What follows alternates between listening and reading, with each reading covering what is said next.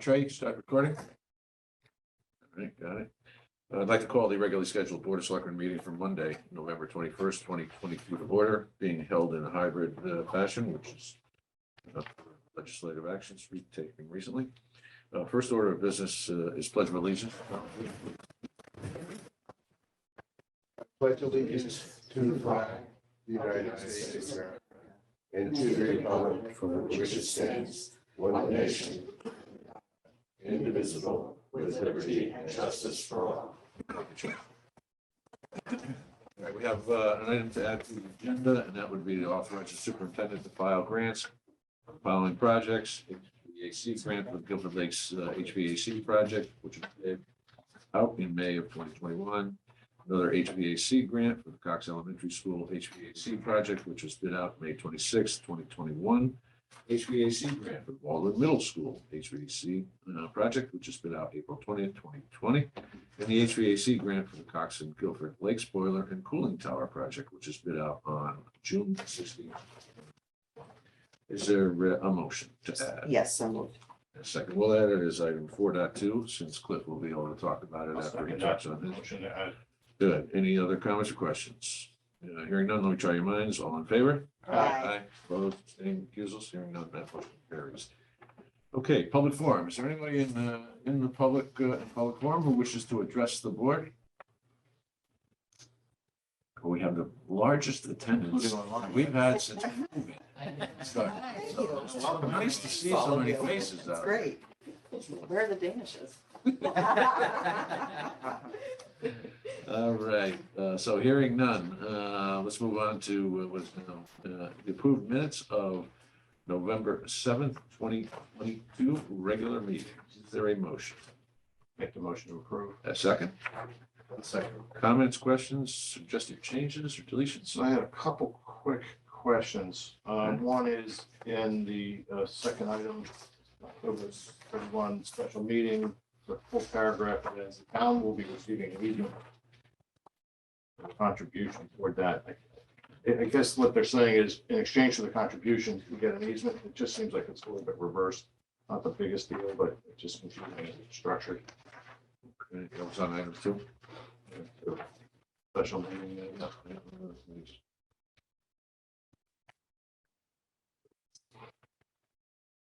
Yeah, we had, this was an arrangement we had made within the, after this piece of property together. Largely for the reason that the conservation interest can apply for it. So our portion will be the percent, and we'll take an easement. Not to get too worked up about it, just would be clear if it ended after contribution, town will be receiving an easement in exchange for that contribution, something along those lines. You're the wordsmith, so we'll put something together. That Town will be receiving an easement in exchange for that contribution. My suggestion would be we gotta make sure it doesn't jeopardize their grant. we did, so, Already actually, Yeah. yeah, something, so. I just. I don't see how it is. I think that was the way it was, Lou was saying, that was the way. I it was. know that's the reality of it. I just don't want the wording to jeopardize it. Okay, good. Anything else? I'm noticing, it's the Rusconi property. It's just misspelled in the Yep. same paragraph. Got it. I had one other item, again, sort of in the same vein, a little clarification. It's in item 4, BOE, Director of Operations Cliff Gurnham. The second item under that, discuss and take possible action on change orders for Eastern Datacom. There's a middle paragraph that says that work was going to be done by an in-house electrician, but that person retired in June and due to new union negotiations. I just don't understand what that union negotiation means.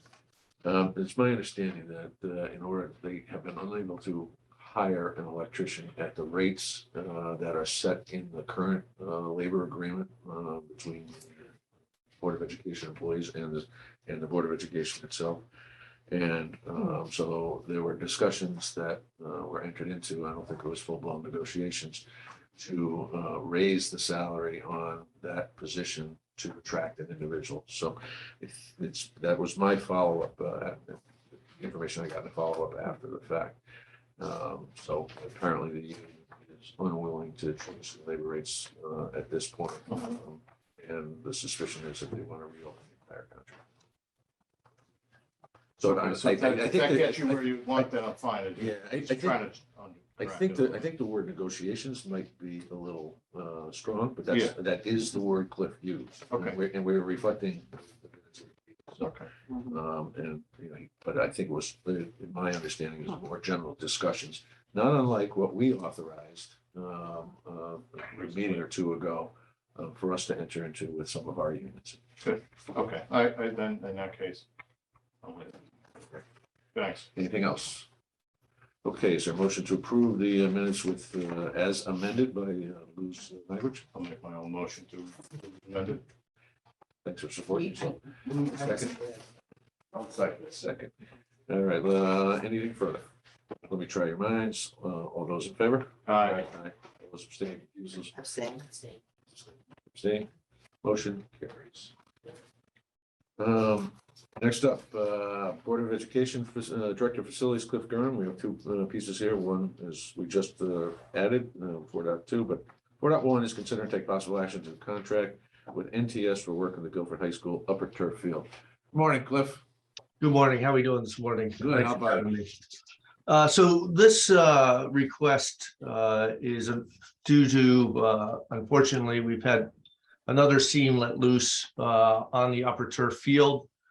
It was repaired by the contractor last spring, so the field was usable and playable.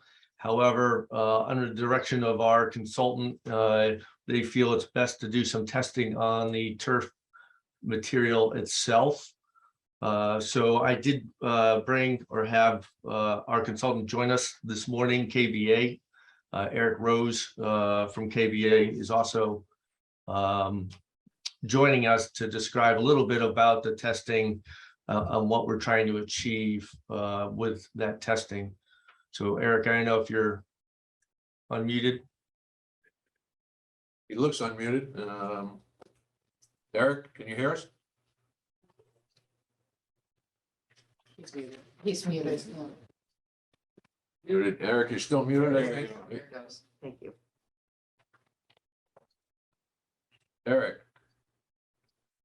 Can you hear us? Can you hear me now? Can All you right. hear me now, Eric? Look, you may be paraphrasing. Yeah, Cliff, you may have to jump in here. All right, well, go to Plan B, that's me. So we went out and we tried to find a couple companies that could do testing on the carpet material itself to determine really how much force it takes to tear. And what we're going to be doing essentially, from what I understand, is comparing the tear strength of the carpet that we presently have on the field to other carpets of the same nature type of deal, you know, to kind of hang on. Eric was just texting me. They said you guys have him muted out, but I don't know the way to release him. But so we're going to try to do some testing, or requesting to do some testing, essentially our turf versus other manufacturers' turf, to see if the turf that we presently have, for some reason, is weak or has some other defect to it. So we were only able to find one company that was willing to do the testing, and the testing is done under certain conditions, certain temperatures, you know, over a certain period of time. So you need to have a lab to be able to do all this. So NTS out of Maryland was the only company that would really quote doing these, all the various tests that we're requesting. So we are sole sourcing this since we aren't able to get proposals from anybody else. The testing is not inexpensive. We're asking for $14,900 to do the testing, but we feel by, you know, doing this kind of extensive testing, it will get us some significant information to be able to go back to the manufacturer and force them, if needed, to replace the carpet itself, and or pay for having a new carpet installed, possibly by a different vendor. So the Standing Building Committee did go through this extensively.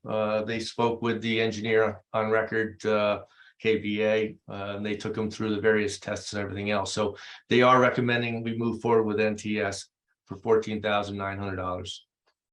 Okay, thank you, Cliff. Cliff, I'm looking at the panel, the admin panel here. Eric Rose is not muted out on our system. Okay. So, Charlie?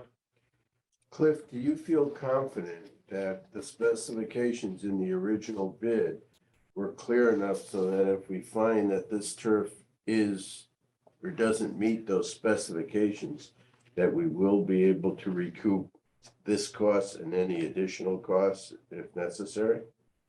That is the goal and the expectation. That question was asked by the Standing Building Committee as well. So the answer is yes, there's no guarantees ever, but we do expect that, or hope that our specifications will allow us to do that, yes.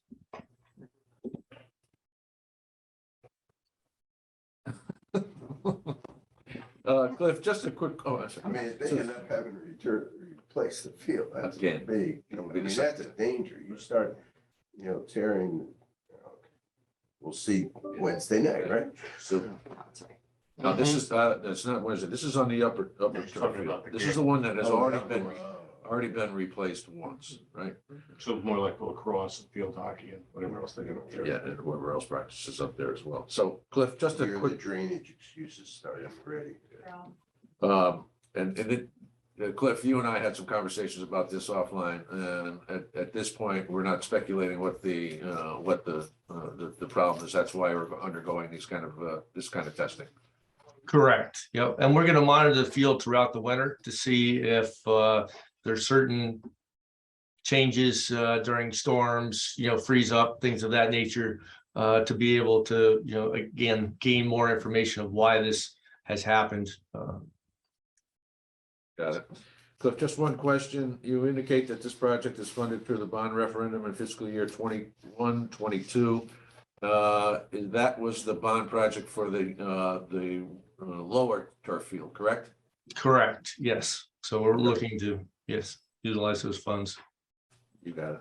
Which says we have a surplus in that bond fund. Yes. Any other questions for Cliff? Hearing none. Is there a motion to approve?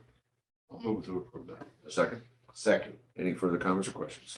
Hearing none, on try your minds, all in favor? Opposed, abstained, recused? Hearing none, that motion carries. Thank you, Cliff. 4.2, and this is what has been added, which was the authorizing the superintendent to file for the grants.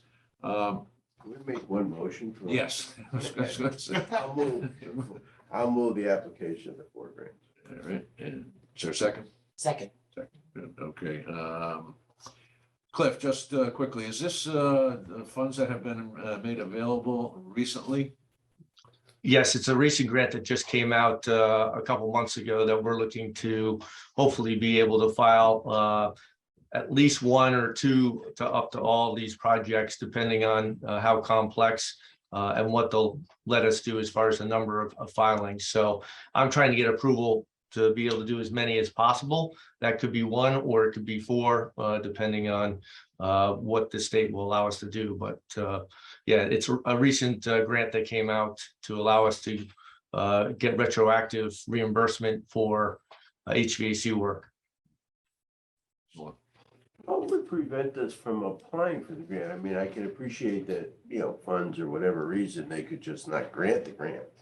But what would prevent us from applying for the grant? Them just saying you can only apply for X numbers? It could be outside the duration.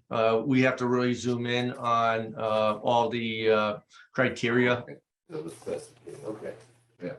And I was pleasantly surprised to hear that there was a retroactive consideration for projects. All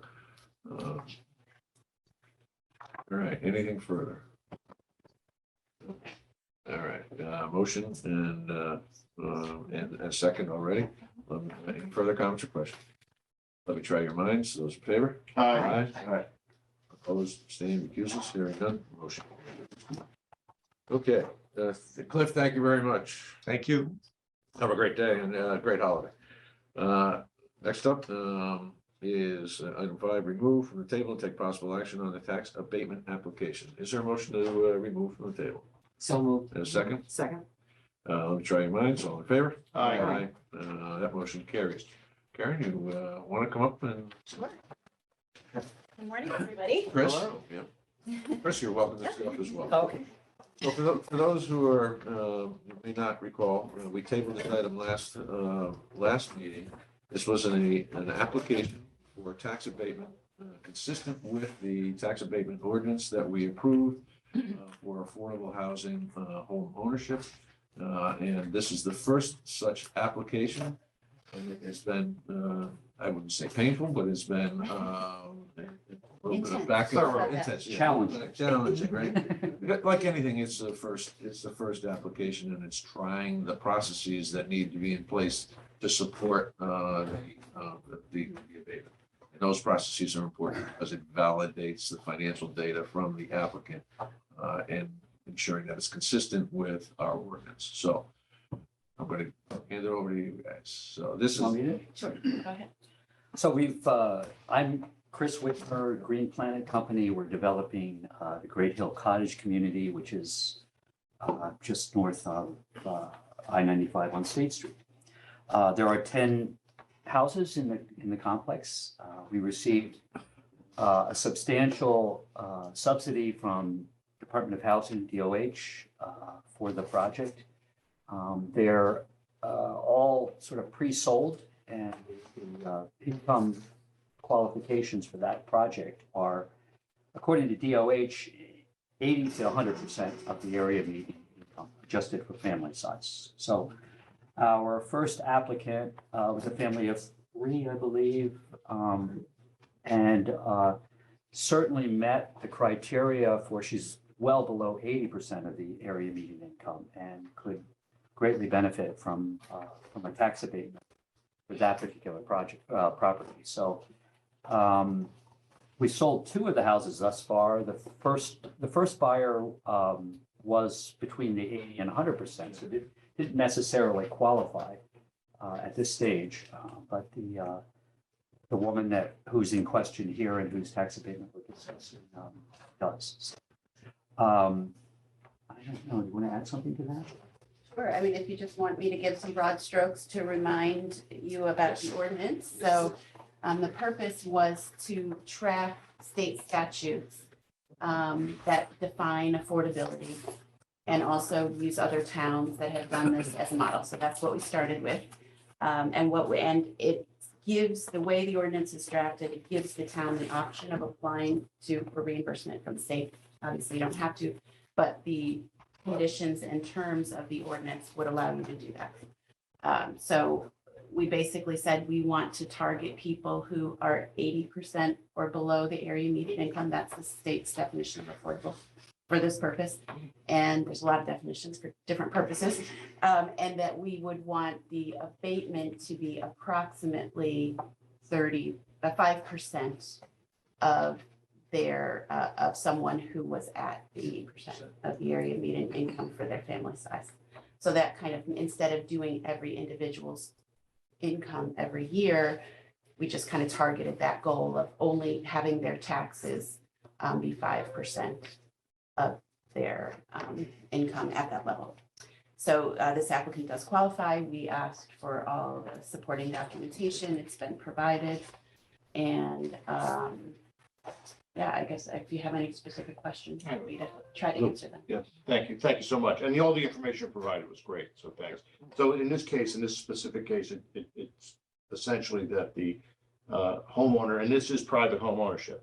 Yes, that's Okay. correct. So everybody kind of remembers it. So we'll end up paying just over half of what the normal tax would have been. So just under 50% is being abated, at least Yeah. according to the numbers you gave us. Yeah, I just did the Just over. math. It's the 3,578 abatement. Oh, the abatement is Yeah. just over. Okay, so the amount that's actually being paid is just under 50. Yeah, it's about 2,200. So the homeowner is paying taxes, just reduced taxes. And when the time comes sell this house, they can only sell it to someone who's likely situated. That's right. So there's a deed restriction attached to the application that will be on the land records. And when that house is sold, it will have to be vetted to a person who meets the income limitations. And as long as they meet all the terms and conditions of the abatement ordinance and the abatement contract that's going to be created now, then that contract would be transferable to the next buyer. And we had a discussion about how many years of the deed restriction, 30, 35, or 40. So the ordinance actually says 20 or longer period that that a contract would provide. Is that a decision we have to make at this point for the contract? I think that I think for this, we said 40, right? I will have to look back. 40. No, I think it might have been 30. Okay. Yeah. Okay, because that's what your 40 funding, came up at one is that point. your funding? Your funding is 30. So it's more than, so it's really more than 20. Right. So this comes up for us in mill rate calculation, right? It Right. Produces the grand list, is that how Yeah. the mechanics would work? It would be, yeah, So- it's negligible. Everybody else in town is paying. Right, right. Microscopic Although, as contribution. Karen indicated, the state does have there is a window for reimbursement through the Yeah, state, that's which interesting. we should do. And I'd love to be at a point where we were able to do that and then set up some kind of fund for future affordable housing development where we can help to contribute. But Yeah. if, Agreed. I just want to correct, I'm sorry. So there's two different time periods. One is the requirement for affordability, which is 40 years. And the other is the abatement period, which is 20 years or longer period that the town agrees to. Sorry about that. That's great. So it's interesting. So if it turns out that all of the other homeowners are at the 80% end of the range, then you wouldn't be coming before us again. Personally, I think it's great that it's possible for someone at a lower percentage to be a homeowner here. So it's great. All in favor of it. and I think there's a pretty good chance that the first buyer will be back before us because it's my understanding that buyer is contemplating retirement. And so So her income is going to drop in the next couple of years dramatically. That was gonna be my question, if that's good. Okay. Any further comments or questions? It's great. Thanks. All right, is there a motion to grant the tax abatement pending the finalization of the contract as we've just discussed?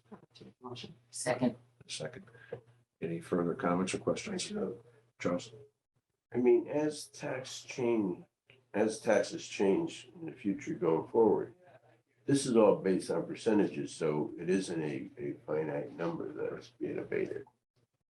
That's correct. That is, You should So be it able changes to it. every year calculate 5%. But you don't have to come back every year. The abatement is a calculation. Charles, that brings up a great question. The administrative work required to ensure that they're still compliant every year is a piece that I think we need to formalize. I think largely the onus is falling on the developer in this case to ensure that the property owner is compliant. But I just wanted to make sure that we need to formalize a process by which we ensure that those eligible continue to remain eligible. And to adjust it based on that year's tax levy. The other part of that, which doesn't want to affect the vote, but as a budgeting process, just as the senior tax abatement, I think we ought to have for the budget process an annual number so that we know what we're funding each year. Right. And Mary Jane is hovering in the background, so this is the tax, this is our tax abatement program that we now are about to approve our first applicant.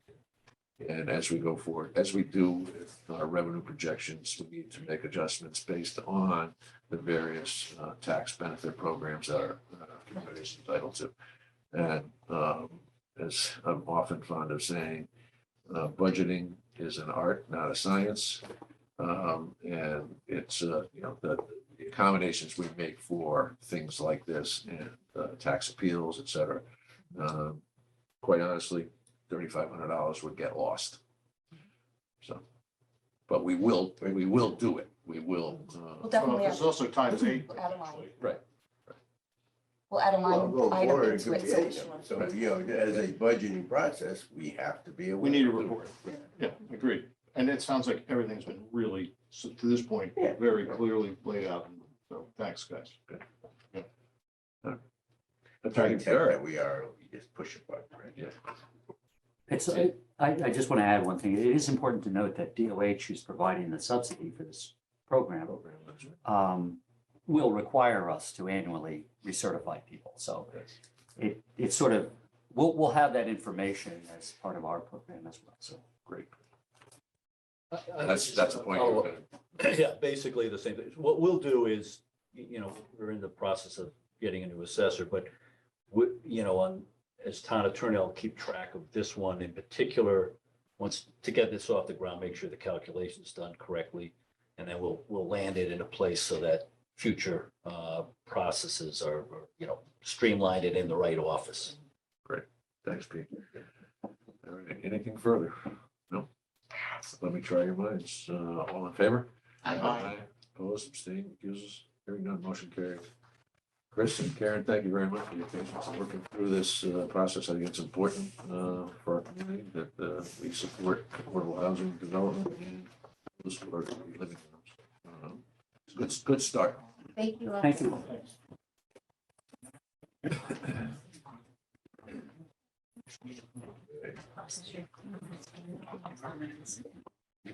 Your timing's perfect. So much for trying to hide in the background. Finance Director Mary Jane Malvasi, 6.1, received a monthly report from Finance Director. Good morning. Good morning. I'll just make note that on our reconciliation for our mill rate, we will add a line item for that. So that at least we'll remember to look at it, that abatement here. Okay. Monthly finance report. Alrighty. Gonna start with revenue? Right, sure.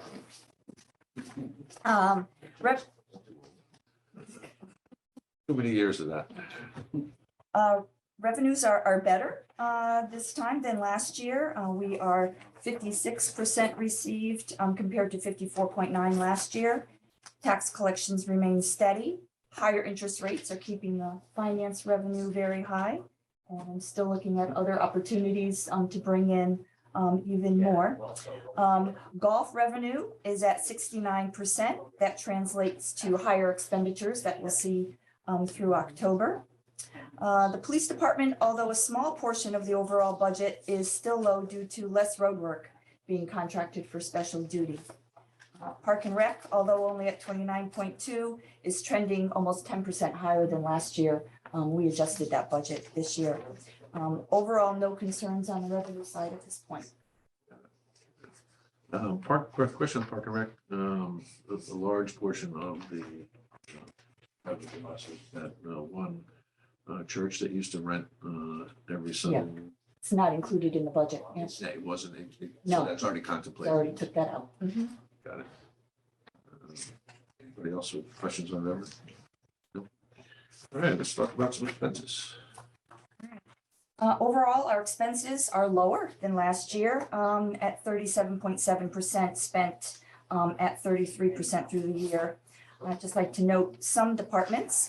Town clerk and registrars are higher than the 33% due to the expenses related to the recent election. Departments such as IT, insurance, communications, benefits, and planning and zoning are over the 33% due to the timing of contractual payments.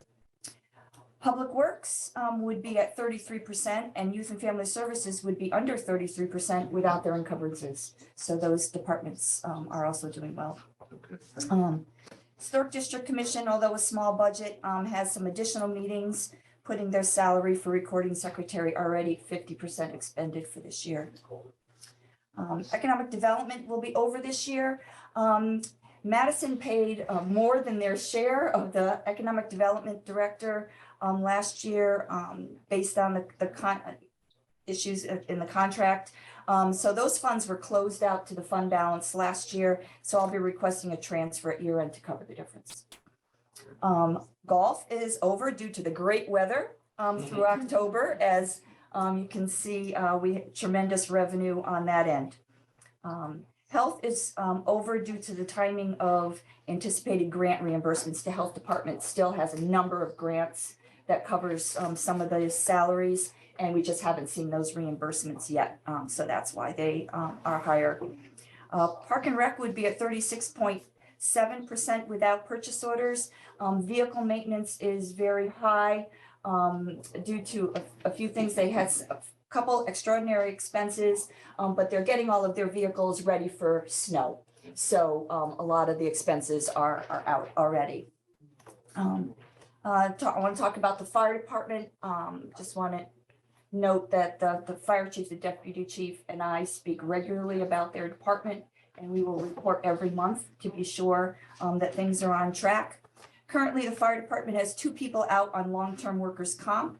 We cover the difference between what their regular pay is and what they were reimbursed by workers' comp, and it's always a lag. In addition, we need to bring in a replacement for that position.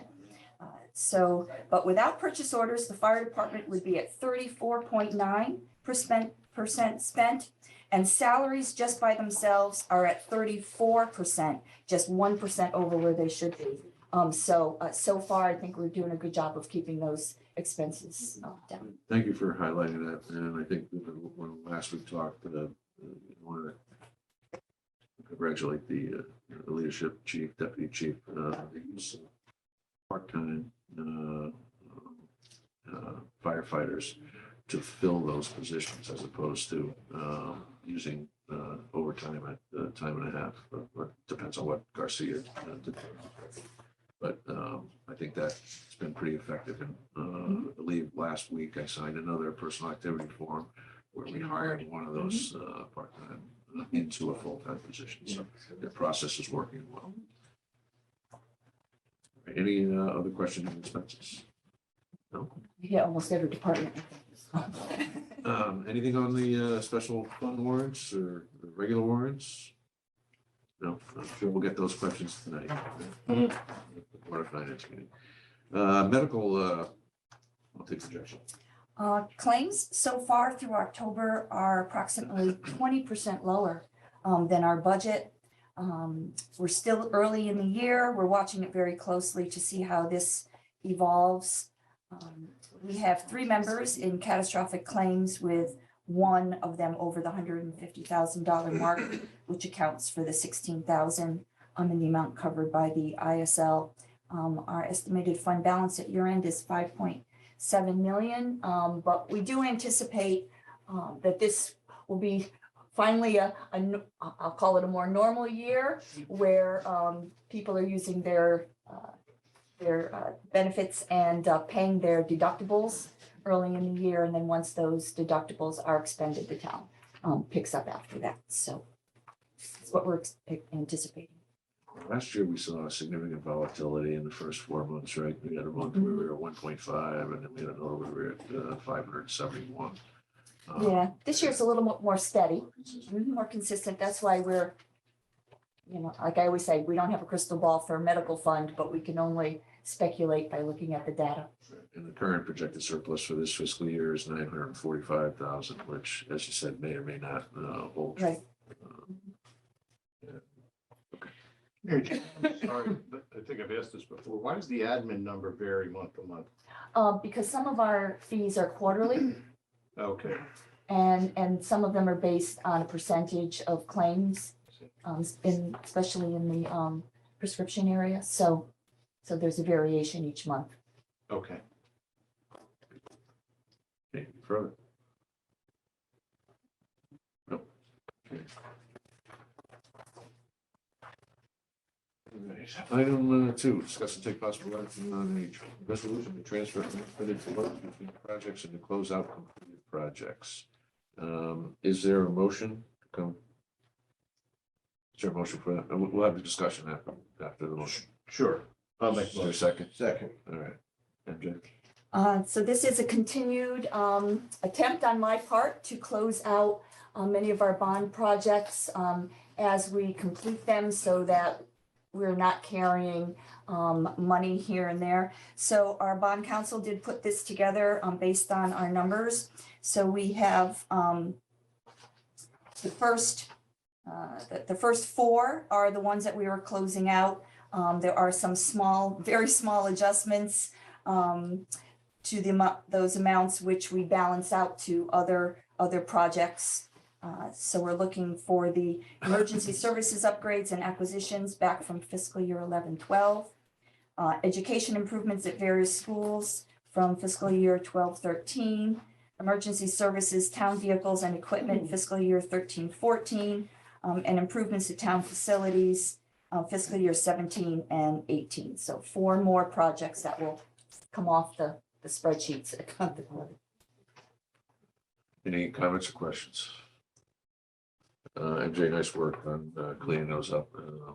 That spreadsheet should be getting a little thinner. Little thinner. Thinner. Yeah, this is the second time I've come and I have more coming down the pike as well. Well, yeah, you're right. It is about time we close things out from 2012, 2013. Right?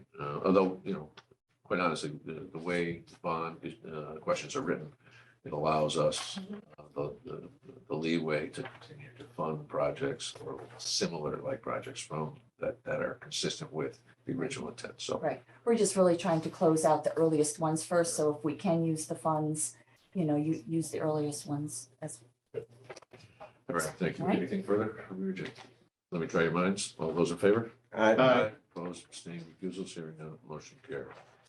Item 5 whatever. Item 3 is consider and take possible action to amend the fund balance policy. MJ? So I have a proposal in front of you to make huge changes to our fund balance policy. I think I gave you just so you could see where we were going, the original policy, which is this real short one, and then a red line version with the suggested, and then a final version of what it would look like.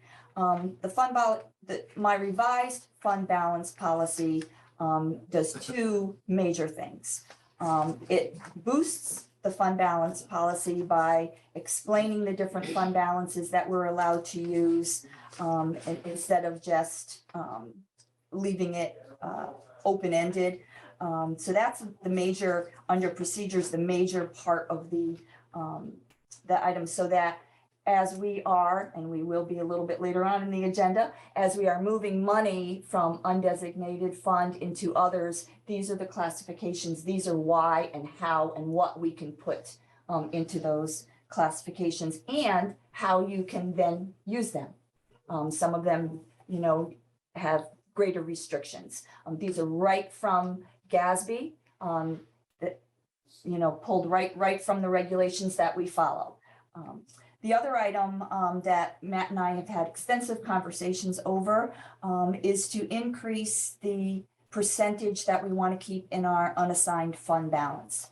We currently have a 5 to 10% policy, and we'd like to increase that to 10 to 15%. Couple main reasons. First of all, GFOA does recommend having a higher fund balance than we have. And also the next item is maintaining reserves for 2 months of operating expenses. We had 1 month. GFOA recommends 2 months for that. Also, our rating agencies are looking for much higher numbers, even higher than 10 to 15%. We are well funded overall in our fund balance, so I don't see any need to increase it to the levels that they recommend. I'm leaving it at this. I also included a memo from our financial advisor that kind of supports and backs up the reason for the change in the fund balance policy. Charles? with the potential inflationary environment that we are in now, do these percentages Do you think these will be acceptable percentages for the rating company, considering the environment we are in today? Yes, I truly believe that because of the balance of the rest of our reserves and how we do such a good job of setting money aside for I future mean, They've projects. always requested so much more, but theirs was on the verge of unreasonable because they look at it all the towns Correct, combined. exactly right. That's why this is the amount that I felt was appropriate for Guilford. Did they ever, in their rating discussion, I remember having some of those, when they decide the ratings and everything. Do they ever, distinguish between well-run communities and not well-run communities? Yeah, we usually. We let them know. Part of our presentation. Part of our was, presentation. Financial management, organizational management, and a variety of things. Well, I was asking more in the percentage. I know they always have a goal, and their goal has always been extremely high, that even a well-run community would, raise. Right, so we do talk about that. We do talk about how we manage it. We also show our other funds that we have money in that we could use in a real emergency. They've always been, They look at two different numbers. One is the unassigned and then one is the total fund balance. And our total fund balance is probably somewhere around 21%. oh, 21 million, sorry. 21 million, right, which is about I think it's Yep. about 18%. Which by any standards is satisfactory. And the reason they look at that second number, there are communities like ours who have determined that when we have surplus, we put money into dedicated funds, which are used for future projects, which means you do not have to go back to the taxpayer to raise those funds for some of those other projects that will be coming down. Right. And that's another reason why I looking at having 2 months of operating revenues for 2 months of operating expenses, and that looks at overall fund balance. Okay, another question I have then related, again, it's related to the environment that we are in right now, which is probably unique, but I mean, you give percentages of between 10 and 15%. My question is, in this rising cost environment, we're talking about potentially union negotiations and salaries and cost of everything. Can you, for the audience probably, tell us a number that the 10 or 15% amounts to, so people understand in dollars and cents what we're talking about? Well, I mean, our budget's about $110 million. So, we're talking 11 million, but 11 million, then the 15%? 16 million, yeah. So I just want to add that this policy is an advice, it advises you what to do. If you feel that this is a economy, that more funds are needed, there's nothing in this policy that says you can't go to 20%.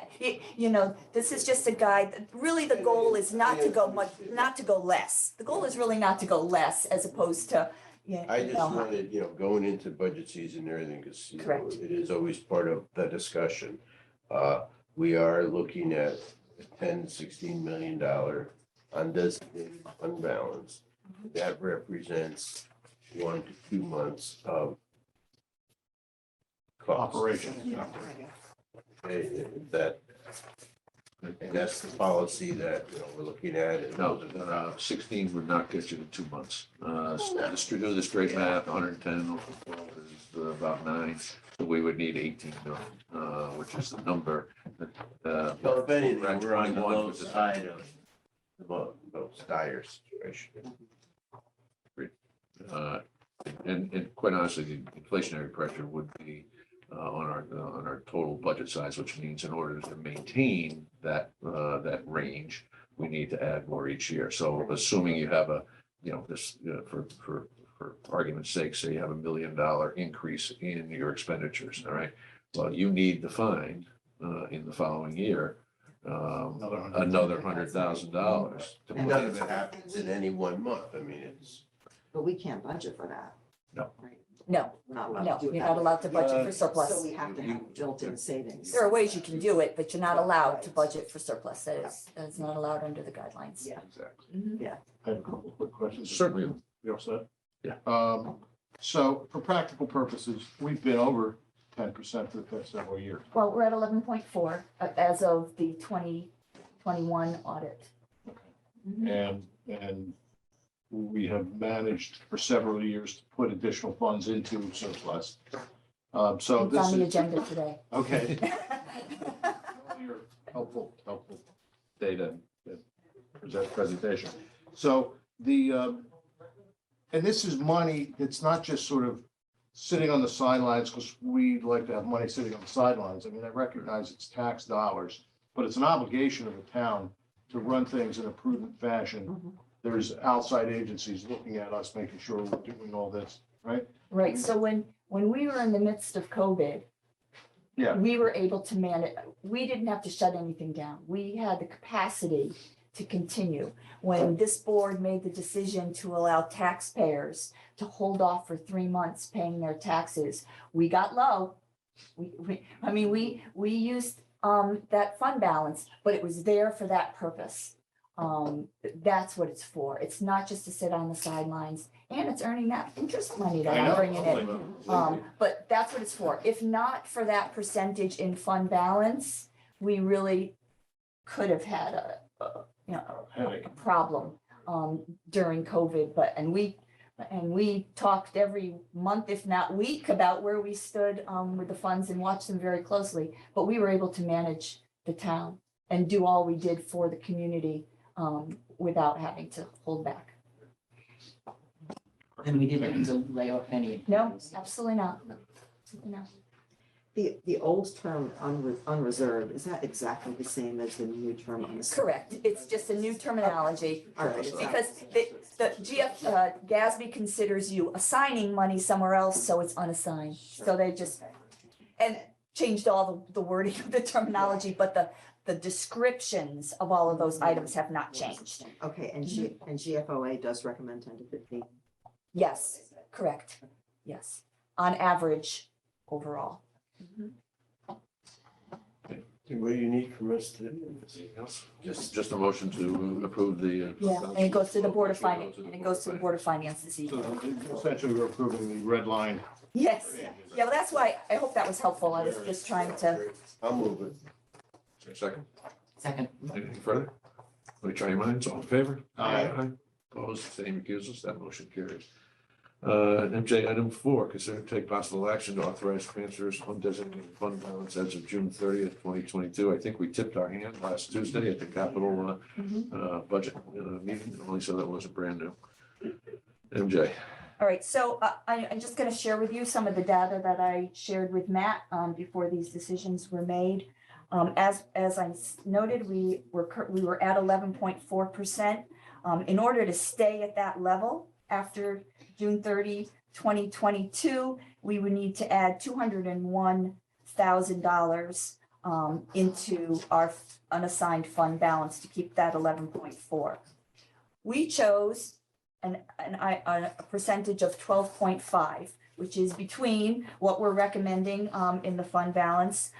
In order to increase to the 12.5% level, we need to add $1.4 million into that account.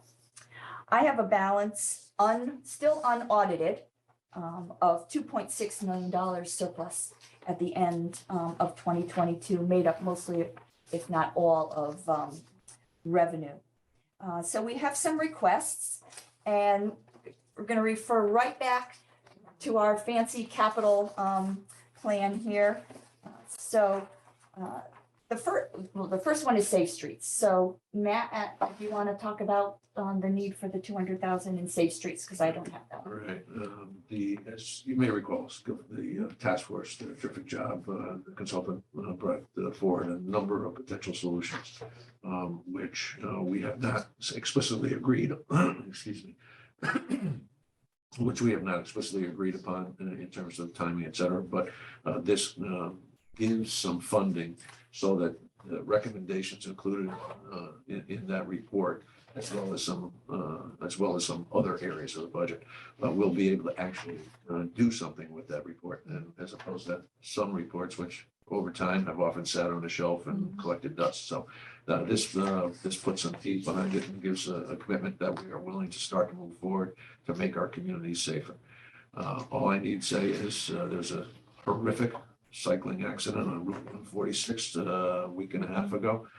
John Bizowitz, who is the timer for all the road races in New England, also the brother of the Lieutenant Governor, was virtually maimed in a cycling accident. Not that we're going to be able to fix it with $200,000, but pedestrian and cycling and walking safety is becoming even more paramount in our community. So anyway, and we're talking about things like possibly putting a couple of stop signs on North Madison Road to slow the traffic down around an elementary school and the golf courses. That is nodding his head. Okay, where maybe we can encourage more kids to walk to school, ride their bikes to school, but that's a thoroughfare because it's a major commuter line from North Madison, owing to the fact that there's not an entrance ramp, southbound entrance ramp that exits 60 over in Madison. So yeah, it's just there are a variety of these things I think the community has gotten behind, as was demonstrated in the hearings conducted by the Safe Streets Task Force. So I'd like to make sure that we put our money where our mouth is on that. So that's the first one. Okay, so the second one, we adding a new line item, fund balance committed to planning. Jamie is in the audience. We are recommending $445,000 be put into that. That would represent from our capital presentation, the historic district planning studies, the plan of conservation and development, and the town center south revamp. Those three studies that were discussed at the presentation, and I believe Matt included her written summary of those on board pack. So you did hear these at the presentation. We did think that they were important studies that we would need to do further on, as we go on. Jamie's here, she can answer any further questions that you might have. But the goal for us would be that this money is available if at the time that it's needed, so that we don't have to, she very nicely put money in different years to spread that out over time. But the plans are long overdue and needed. And when she starts to work on those projects, I want to be sure that the money is there at the time she needs it. Jamie was being nice and extending it out over there, but it's also the capacity to handle Right. that. Well, yes, that yes, work right. between now and then. Right, correct. But it's hard to say what that Although I workload greatly is now. So appreciate as it, flexibility with yes. the funding That's- rather than, right, that's what I was getting at, Just flexibility. That was a one better note- word. Thank one you. note is the plan of conservation and development is a statutory requirement that has to be done every 10 years, and we are falling into that window relatively shortly. So that would be an expense regardless of our desire to do additional planning. Any questions on any of those plans? Now, the only comment I'm making about the planning, why I think it's very important, and I'm glad we're funding it. This is a lot of money, but I thought Jamie's point about coordinating the plans and the review, because we have so many plans. The pandemic changed, what's going on in the world, never mind our community. And I think taking in, I know it's more than just the plan of conservation development, but coordinating all of the different plans and reviewing them, I thought was very important at this point. Thanks, Charles. It's exactly the idea, is to do a comprehensive look at our planning needs and integrate the various things that have been done and will be done into an informed plan, the plan of conservation development. But also, one of the points that Jamie has made clear to me is we need some way to measure our progress against those goals. And that will be included in this master planning. One other point, which over the course of meetings, I think, including Jamie, we have a number of new key employees, department heads, both in Town Center South, Public Works, and, I just think this is a great opportunity to coordinate. Maybe we get some big projects in this community on the horizon, and this is a time to get all those things coordinated. So Well said, Charles. So this amount suggested is not meant to tie to certain ones, right? Because it adds up, the projects add up to more than this. Yeah, I was gonna ask the same question. So, yeah, Well, were there particular The ones? 3 projects add up to this. Oh, which Which so there's- three? That's what I said. The Historic District Historic. Planning Studies, Plan of Conservation and Development, and Town Center South.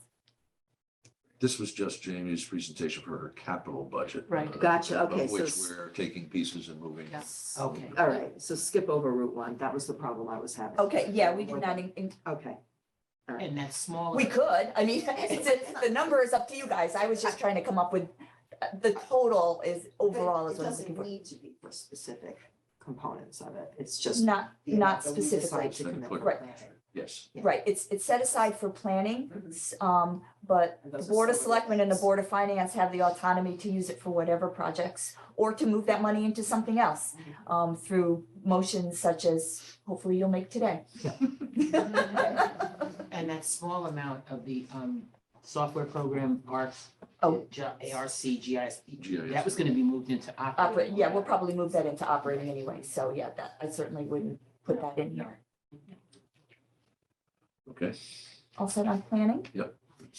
Okay, similar story next. Committed to facilities is the police department. We already have a line for specific facility items. The police department spoke to you about needing a roof and their vehicle port garage and storage. Not sure at this time when that will be done. Normally, these types of things might be moved into bonding, and I'm looking to avoid that. And because we really don't know when this work will commence, again, we thought it a good opportunity to move it into the committed fund balance. The money would be there for use as needed, and allow them the flexibility. I love that word. The flexibility to use it when it's warranted. And a piece of this, as I mentioned, the carport and the storage is a replacement as there is to the original plan for storage bays, which would have eliminated the basketball courts. And because we're moving forward with the fire department adding the 2 bays on the north side, some of this funds is going for storage for the police department. Any Okay. questions? Got to still solve the underlying problem. Which is, For more storage More and to storage. protect those vehicles, and, not to mention the capital expense associated with, they need to be ready when they need to be ready. They can't be dealing with snow and ice. I agree. And then the other, not problem, but concern that came up about the whole locker room situation too, Absolutely. so that's. Right. Yeah. So plenty of worthy needs. You got it.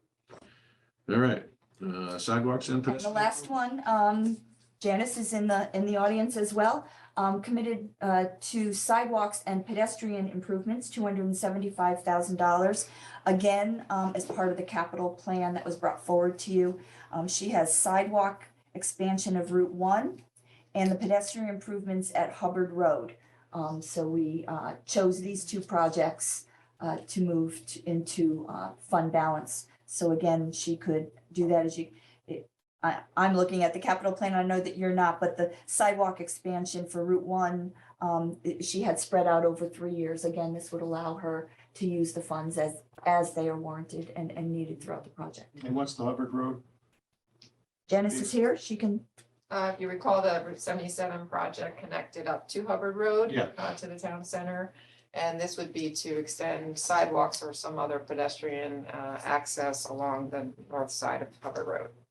Now we're gonna Current- do this one. Currently, there's a sidewalk to nowhere across the bridge. on Yeah, Hubbard we Road. have a small section of sidewalks on Sawmill Road as well. That Yeah. was done as part of the bridge project. So kind of linking all that to the 77 So side. it sort of continues the work from the 77 into Hubbard Road. And I think it dovetails beautifully with what we're talking about with Safe Street stuff, right? Because there are 100 units of housing going in on Hubbard Road. Now this makes, this makes for safe passageway to the center of town from that facility. Not to mention, there's a lot of traffic between including pedestrian and bike traffic between Long Hill 77. So great, read. Good, awesome. Thank you. So what's not on the list? Is there anything you considered that you Yeah, opted good to go question. this way instead? Um, And one thing I'm thinking of specifically is any Board of Education needs, did you have a chance to talk to them? their projects are a lot larger than, that we can pull out for this. They tend to have larger bonded projects. And some of their real small things are handled right through their capital maintenance in their budget. So I typically don't have the capacity to set money aside for them, and we consider the bonding for them on their projects. Yeah, their responsibility for infrastructure is traditionally just the school buildings themselves. And as you probably recall, they go out for bond funds every year. And we know they go out every couple of Right. years. So, But good question. Anything But else? we could always, there's nothing that would stop us Right. from setting aside for them, nor would it stop us from using any of these funds for something they had. We have set aside for facilities, and if something came up for them, we're all one budget. So it doesn't stop you from using any of those funds we have set aside for something that might come up from the Board of Education. Absolutely. And one of the things we've had some conversations with Board of Education, particularly as it relates to the recent lawsuit that was filed against the Board of Education and the town's support for legal services above and beyond what will be provided by an insurance carrier. So I've already made a commitment that I'd be willing to consider utilizing some of these kind of funds to supplement if as necessary. So not that we anticipate it's going to happen, but it's a contingency that we need to be prepared for. Okay. All right. Anything further? Any more questions? No. Is there a motion to move these? I'll make the motion. Second. I'll second. Any comments, further comments, questions? Hearing none, let me try your minds. All in favor? Aye. Opposed, abstained, recusals? Hearing none, motion carries. Mary Jane, thank you. Let's hope it's this pleasant this evening. You have to go to the Board of Finance for this. I just wanted to add one more comment that I meant to make when we were talking about the fund balance policy. Based on questions and recommendations from the rating agencies, I'm also working on a debt policy and a long-term financing policy. So debt policy is almost ready to bring forward. And then the long-term policy is a little bit more complicated, so that one might take a little bit, but they made those recommendations and we heard it. That's right. And I've been working on it since then, so. Rome wasn't built today, so. Trying. Thank you, Jay. Next up, golf course superintendent Ted Ty. Consider taking possible action on 2 equipment purchases for the golf course. Morning, Ted. Good morning. Good morning, everybody. Basically, this MJ? MJ? I'm sorry, I was going back to my office. You want me to stay? Because I think Ted may need your support on this, right? Okay. basically, I'm here today to replace the 2 oldest pieces of equipment, mowing pieces of equipment that we do have. One's in 1994 and the other one's 1984. So we've got substantial years out of these pieces of equipment. And Ted, just as way of backdrop, these were already included in the capital budget for fiscal year 22-23. So these are already approved as appropriate expenditures. Correct. So basically, just looking to replace the oldest pieces of equipment we do have at the golf course. And they're basically in rough shape as of right now. We did get through the season with them. I just wanted to let you guys know that. The difference is the prices increased since a year and a half ago, whenever we quoted these out for budget preparation over a year ago. So what is going to be required is an additional expenditure of nearly 20,000, somewhere around that number. Yeah. Right. And, it's like a lot of other things, right? We heard about how much more expensive the vehicles are than they were when we quoted them out a year ago during the capital budget process. So, MJ, the question is, this was an unallocated addition, where would we find the funds? Yeah, so I made a commitment to Ted that we would find the money for it. You know, our capital budget overall has many items in it. Some things we end up not buying, some things come in less. Then, you know, there's always some shifting in the numbers. So we will look at this item at the end of the year and see where we stand. We may or may not need all of that additional funding to cover this, since most of the other items in our capital budget so far are holding with the numbers that we have budgeted. All right. If these are ordered now, when are you likely to get them? The greens mower, which is the smaller line item, I can probably get in about 6 months. The larger items about a year out. Course is in great shape, by the way. Appreciate it. No, Not really. that I would have ever noticed. No. Well, you drive by it. You drive by it every day. Okay, any other questions? Is there a motion? Yeah, A second? Second. Let me try your minds, all in favor? Aye. Opposed, abstaining, recused, carried. Okay, thank you very Appreciate much. it. Thank you very much. Can I just bring up an agenda? I mean, on Tuesday, our board, we talked about the sidewalks. Right. I know it's in our meetings, of our minutes, Yeah. but they approved for safety reasons if we wanted to put a sidewalk on the other side of North Madison Road, why we're talking about. Well, I didn't approve it, but that's what they're recommending to you guys, because we don't want anyone to get hit by golf balls. Oh, the other side, On the other side of the road, South North side. Madison, if you wanted to put. the house side. Yeah, the house side for the students to walk to the Guilford Lake School. So that's kind of what we talked about. I see some heads nodding in the back, so thank you for Just that. wanted to bring it. Consideration. All right, then, All right, thank you. thank you. Have a good day.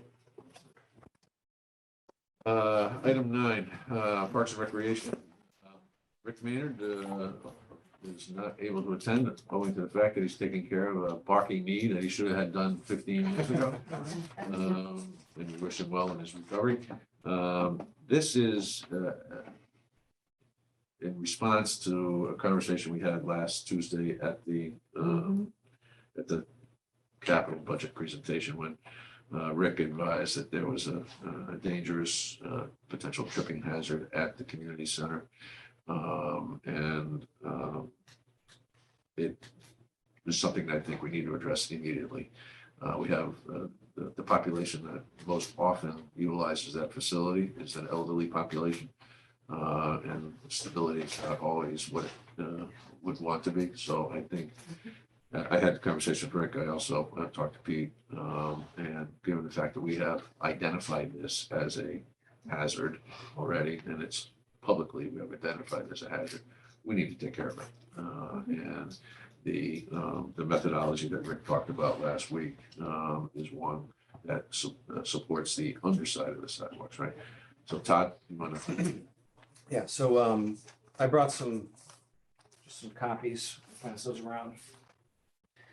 So basically, this technology is you drill holes in the concrete slab of the sidewalk, and then you pump it up with concrete. It's like a concrete slurry, and what it does is it lifts it up 1 or 2 inches or whatever you need to do to lift it up so it's safe. Yeah, they're all, so there's 5 different copies there. It's really neat technology. The total cost from that company, Atlas, is about $10,000. And then over the years, we've looked at replacing the sidewalks and each slab. So we're looking at like $75,000 to do, maybe $75,000 to $100,000 for the whole community center. So we can address certain areas that need it for, right around $10,000.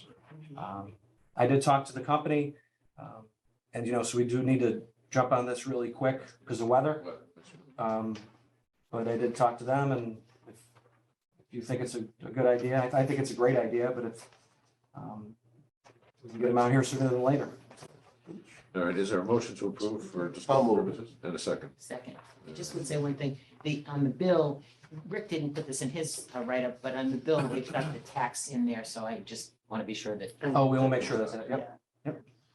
interesting you said that it was, I've had sidewalks done. I was thinking about it over the weekend. I couldn't even remember how long ago it was. It was quite a while ago. And they have held up, they haven't moved an inch. And, Done this way.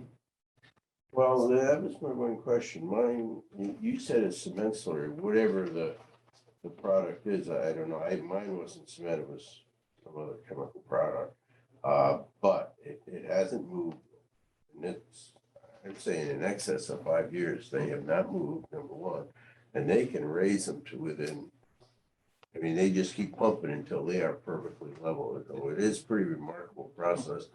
And with my, granted, it's only my home, but still, you know, they have not moved an inch. Good to know.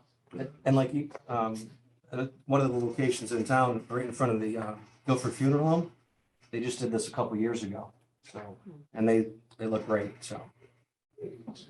Good technology, because you don't have to, you don't dig everything up and report, and then you got the whole problem all over again potentially. They just literally take an ad on it. It does work in many ways.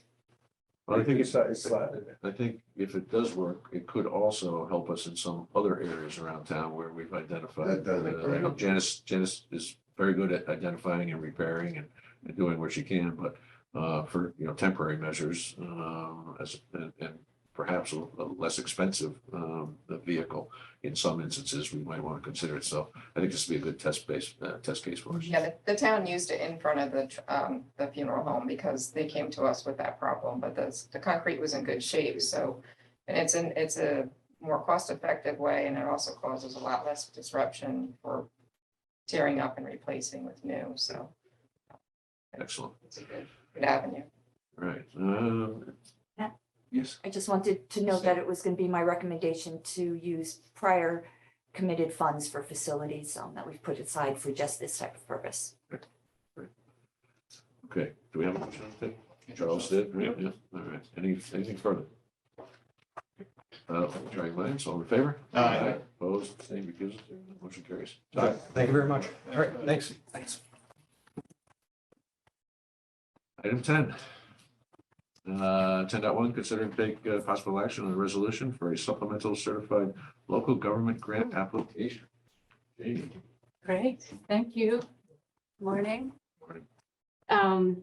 Thank you for your support of planning in the town. I really appreciate it. This is actually fairly simple.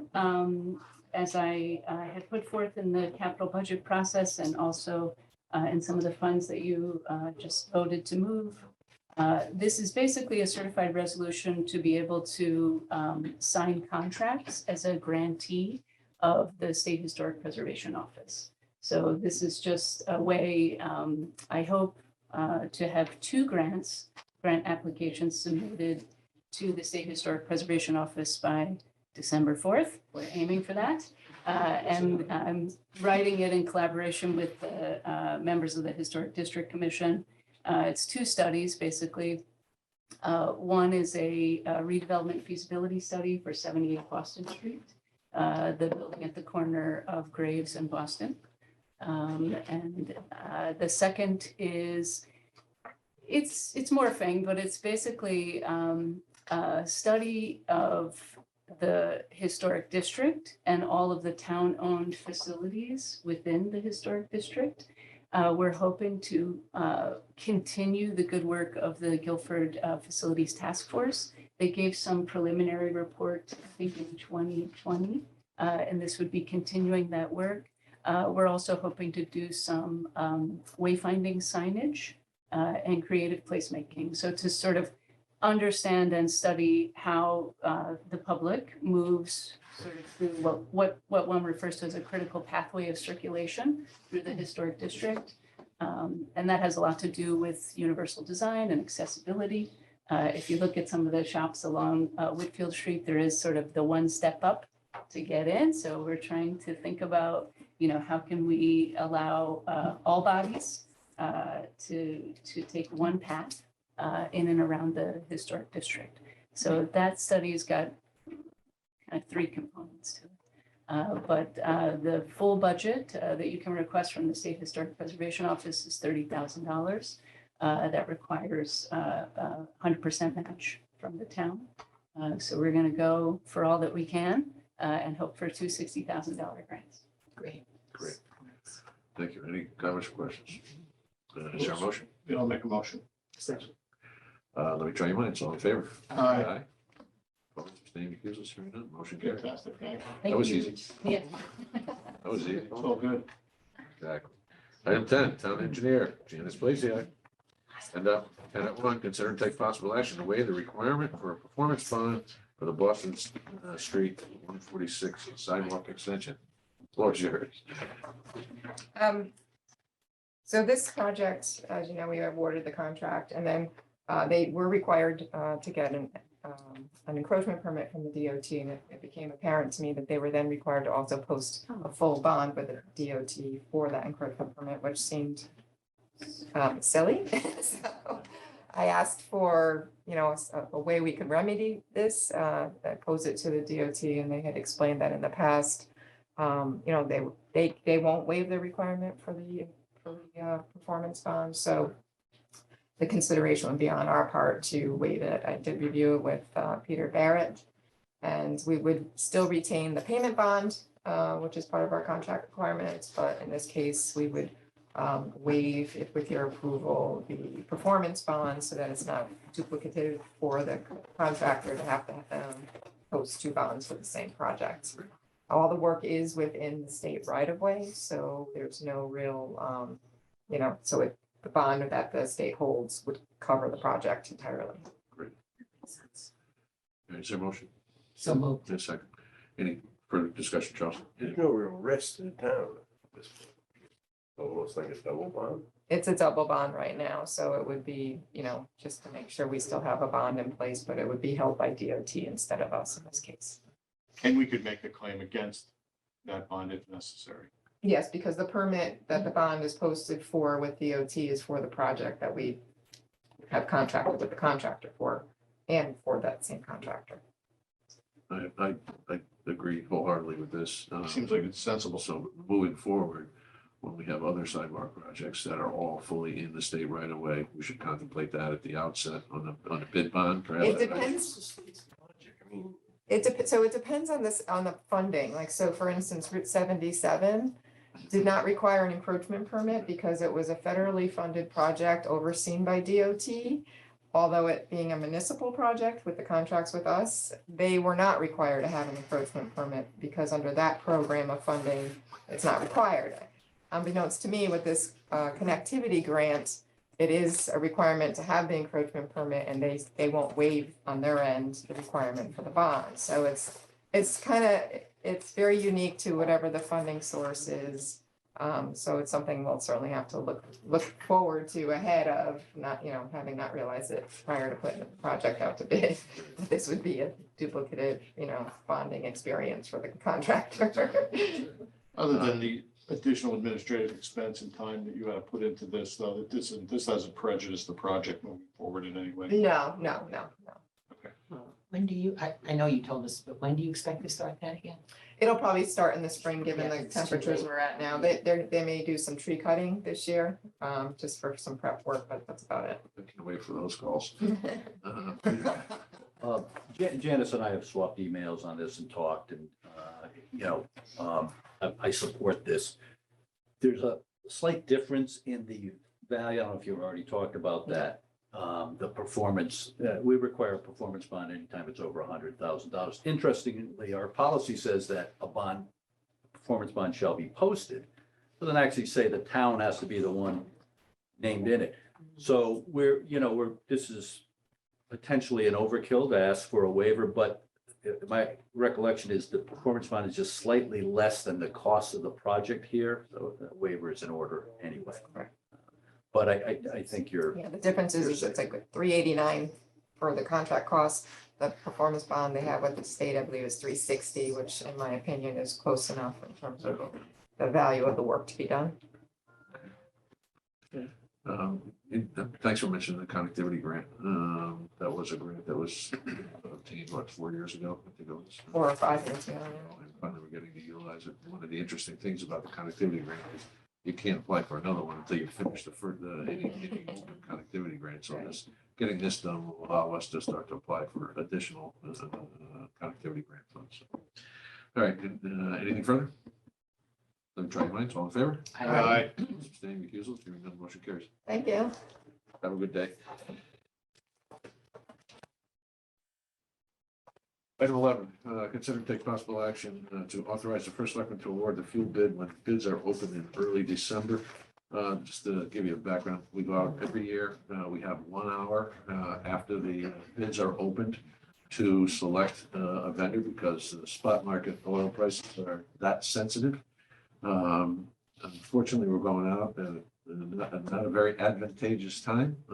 So I think as we won't be surprised to see fuel oil and heating oil budgetary expenses go up this year. Is there a motion to authorize that? So moved. Second, Second. any further comments, or questions? Let me try your minds. All in favor? Aye. Aye. Opposed, abstained, recusals? Hearing none, motion carries. You'll let us know by email. Absolutely. How bad it is. Okay, When does that happen? When is the? December 7th, is it, Pete? I think that's the latest date, I think. So, yeah. I'd be interested to see how many respondents we get. As I think most everyone knows, we've been with East River Fuel for quite some time. They have successfully won the bid over the last, I think, 8 to 10 years. All right, item 12, and thank you for your patience. Consider and take possible action to approve an American Rescue Plan Act subrecipient agreement with the Guilford Foundation. I'll tee this up a little bit as you guys want to come on up. Hi, thank you. Good morning. Come Good on. morning. Do you want me to do some introductions? Yeah, why don't you just- Sure. So I'm Liza Petra, the Executive Director of the Guilford Foundation. Linda Weber is our current chair. Alex Del Paso is the chair of our Community Investment Committee, which oversees all our grant making.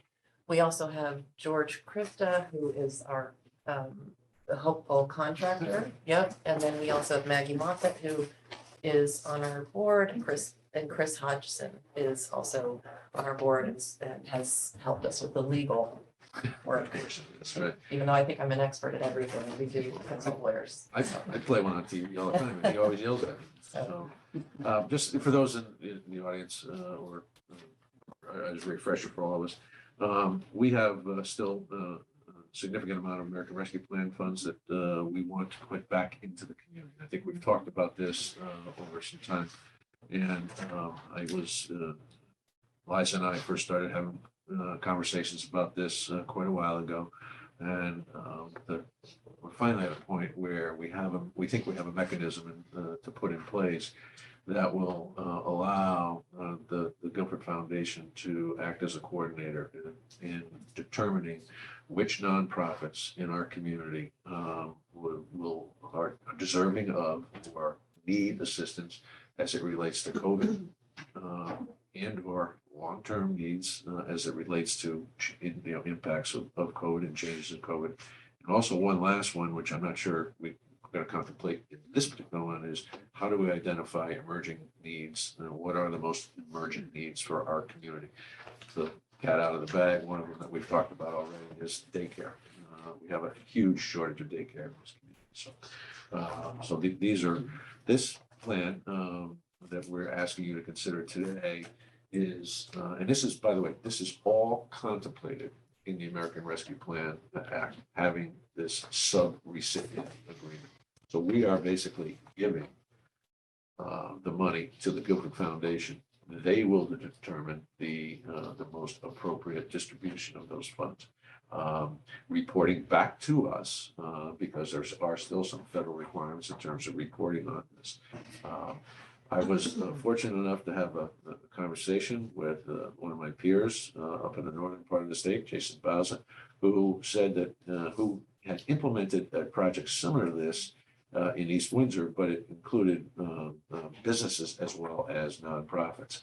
And Jason had indicated that George Krifta, who is on the call, George, thank you for your patience this morning as well, had designed and administered the program for East Windsor. So what town attorney Barrett, who in full disclosure was chair of the board up until July 1, or whatever it was, somewhere around there. Um, was working sort of a dual capacity and was very uncomfortable with that. So a lot of the momentum on this has taken place since that point. But there were conversations between George and the board. I participated in some of those. So the way this looks to work is largely, we will give an allocation and sign a subrecipient agreement with the Guilford Foundation.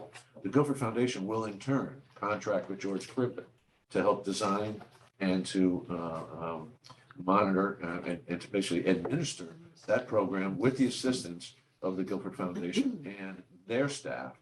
So in full disclosure, George will earn a fee for his work as he is entitled to.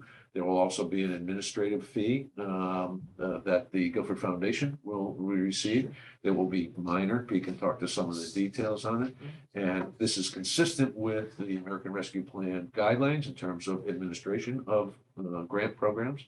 And it is also consistent with other programs that we've done. For instance, you may remember the Small Cities Grant, the housing diversion, where we hired an outside consultant to manage that process, cradle to grave, so to speak. And they were entitled under the federal guidelines to 20%. Well, the Guilford Foundation is being far more generous with us, and I think the number is 5% of the award that we give. We've talked about an initial allotment of American Rescue Plan funds, and the number that we're currently contemplating is about $500,000. And that is not necessarily the cap. If the needs are demonstrated in the community, that additional funds will be required. I think that we'll come back. We'll have the dialogue between the foundation and ourselves, and we could certainly appropriate additional funds if need be. So that's the backdrop. I don't know whether Liza or Pete or George want to. Well, sure. I mean, I would just first say we're very grateful for the opportunity for you to approach us to help with these funds.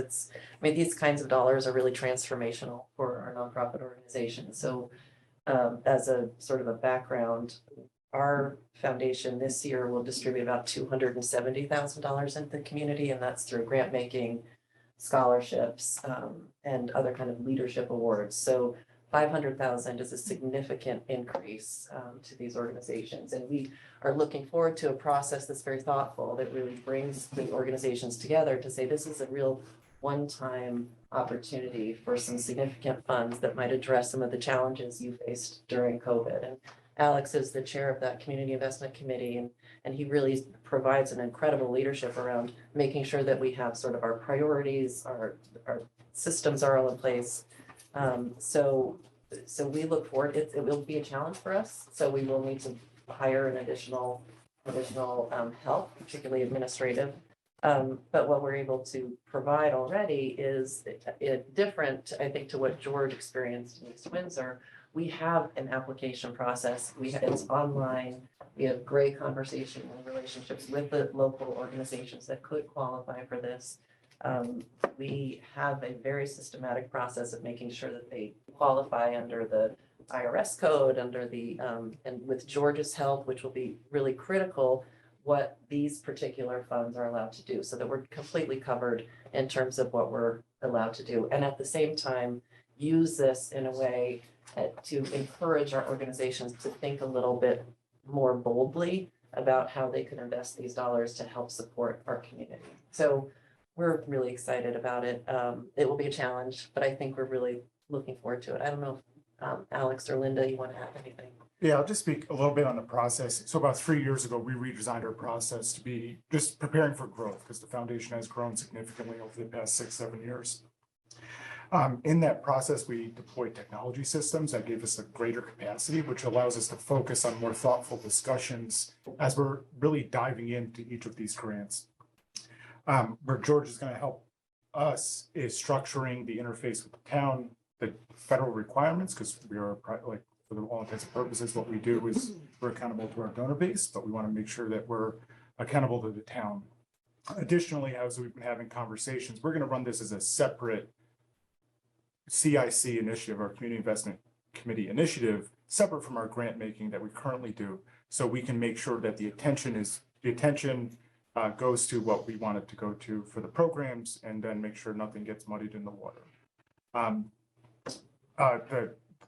The CIC is committed, and we have a team of people that are residents in the community. We're looking to expand that as we look out to increase that population size of corporators, because again, we have a strong history of individuals that have helped support it that are also residents. So as we begin working through the process, we're going to dedicate a lot of time and energy to make sure that we're doing this and doing it right and doing well by the town. Great, thank you. I just want to add that we have a very talented board that brings a lot of different kinds of skills, and they are so honored and committed to the fiduciary responsibility, and I just want to convey that on their behalf. Thank you, Linda. Chris or Maggie, as board members, anything you'd like to add? Nothing from me. This is Maggie. Again, I just want to echo what my team said, which is that we're grateful for the opportunity, and we'll do right by it. Thank you all. Thanks, Maggie. And I have nothing to add. Nice to see everyone this morning. Good to see you, Counselor. Right, and now for the drier portion of the meeting.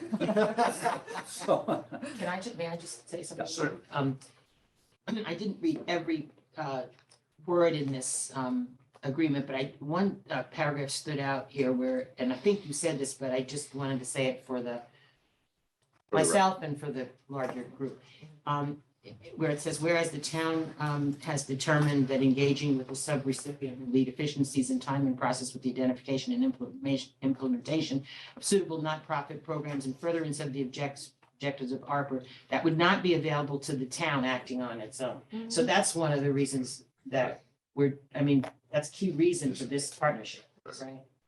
Yeah, it's great. And I'm going to be very honest with you too. I think I've talked about this since we found out we had ARPA funds. For it to come back in the decision making, this body, I think it's rife with the opportunity for political shenanigans, and I don't mean by us or pressure. So it's been my thought that rather than this board say yes to you, no to you, yes to you, no to you, this process is being done by people who have done this before. And that was the and the integrity and the reputation that the foundation has in this community, I think, is beyond suspicion. Whereas, given the nature of the game we're in, there will be some suspicion about the decisions we make. And so I think that eliminates a good portion of that. Charles. Sorry, two comments. You mentioned how it will be a little bit of a challenge for your organization and the cost involved in doing it. You mentioned that you were being very generous with the 5%. You call it administrative or whatever. Yeah. I mean, maybe we shouldn't limit it. Maybe we should make the percentage, is it like a standard, that other people are using? A higher percentage. I mean, it's going to be a challenge. They're doing a good job. They're doing something that we can't do, or I can't do, but More efficiently operated elsewhere. Right. Why limit it to the 5%? Well, how about? Okay. Another question. I want to negotiate with you. Well, I mean, they're doing us a favor in Yeah. some respects. Okay, they're doing a heck of a job, and I know the communication with the other organization. Because I have a second question. That's gonna change it, maybe. But anyway, I have a thought on that, though, if I can just, we're giving the opportunity to address the needs of an organization that has worked hard over the years to meet needs, and this is a chance to fill in some gaps. So there's, in addition to the administrative fee, which is nice and helpful, and every organization like this needs that, the satisfaction of tagging worthy projects is of some benefit, I would imagine. Yeah, it definitely is. So, No, I suppose you could come back to us. If it I was turned gonna out say, to be can't too you much. just leave it at 5%, Yeah. but then we have a review in 6 months or 12 months and you come in and. well, I just, my only problem with that perspective is you don't want to limit. I mean, if they have an opportunity to, some extra, program development or something like that, have the money there and the resources to, but not limit, their administrative efforts and that type of thing. Put the extra time in, have an extra meeting, something like that. That would be my only point going into it. I mean, I almost don't want to say these words, but, it isn't, we're talking about the same fund. I mean, why not give, some of the funds to the people that are doing the work for us? Okay, that's point number one, which I think we might want to consider either now or in the future.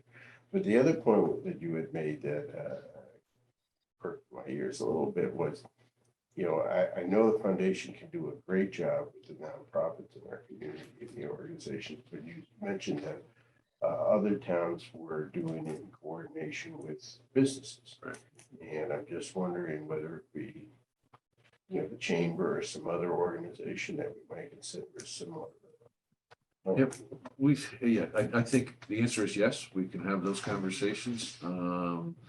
We've already done a couple of small programs, right? We've provided funding for coaching, and then we also did the grant for. I'm just thinking more formal. Right. Yeah, you mentioned specifically daycare. Right. I don't know, there's a lot of nonprofit daycares versus for-profit, Right. but the for-profits don't make any profits, so, Right. and it directly helps the community, so. But the idea with the emerging need was to try to find where we ought to be focusing the next layer of funding, or quite honestly, that's one of the challenges that this program has presented to me and to others, is that the funds have to be expended by 2026. So establishing, long-term, almost like long-term grants for them, these folks, the money has to be expended by 2026. So setting up an endowment, giving one nonprofit $100,000 endowment, which, could probably change the face of some of these organizations, right? You can't do that. Right?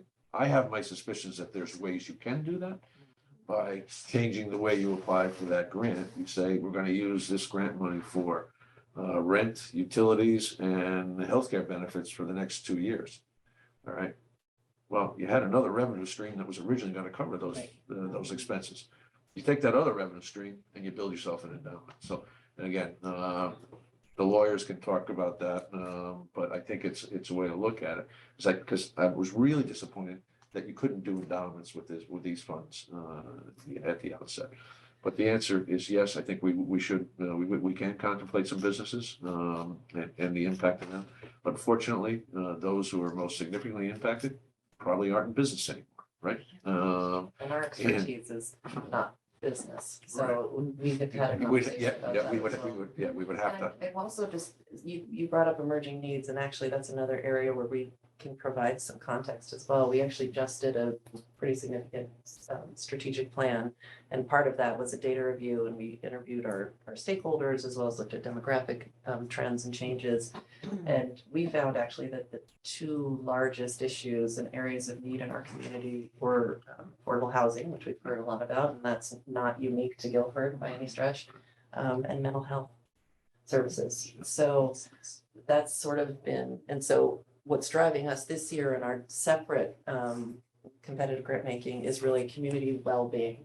So I think anything that we can do with these funds that contribute to the well-being and enhancement of our community will be significant. And as I mentioned before, this is significant amount of funding for these nonprofit organizations. So we actually have built into our thinking at this point is like maybe start with a planning grant to some of these organizations. How would you really use this funding in a way? Because we don't want to give them $100,000 and then they can't sustain it over time, right? They can't hire people. So we're trying to be very thoughtful about that process. I sort of went off on a couple tangents there. But. It's okay. Councilor? How unlike you, Liza. Peter.